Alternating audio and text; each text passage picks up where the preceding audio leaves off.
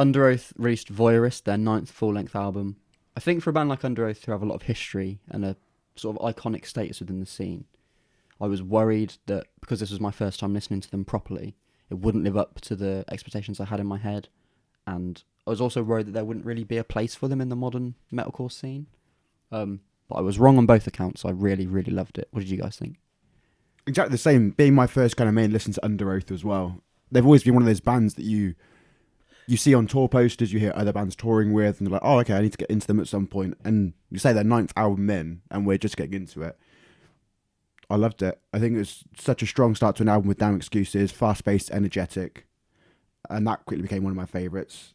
Hallelujah was the song that we'd reviewed previously, and I've forgotten about it slightly, and then when it came back in, I was like, oh yeah, this. And I found myself enjoying it even more on this repeat listening, going through the albums.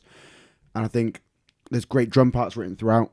Thorn, the little rim clips during the verse, I think make it so intriguing. It seems so much more expressive in what they're doing there. And then I think We're All Gonna Die is another standout song for me. I think the verses are standout, but that chorus just raises that song up to another level. And yeah, I'm a huge fan of this. Yeah, I love this album. Damn Excuses is a brilliant intro to start with. It's heavy, angry, brilliant.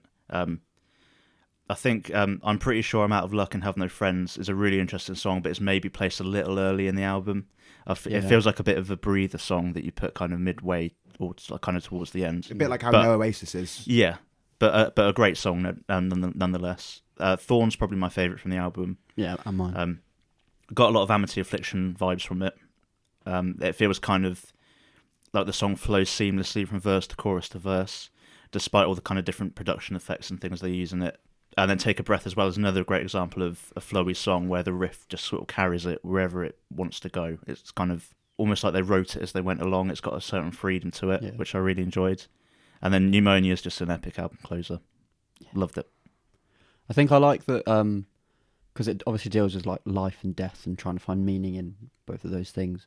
And because it never really gives an answer, it sort of made me have this like subconscious like drive to keep going back to it. Like I was trying to find the answer. Yeah. So it was a weird thing. And I feel like it's reflected in the music as well because the band were like comfortable, like lingering in the moments of discomfort, if that makes sense. And then when the tension is released, it's even greater than it would have been had they not stayed in that uncomfortable moment a bit longer.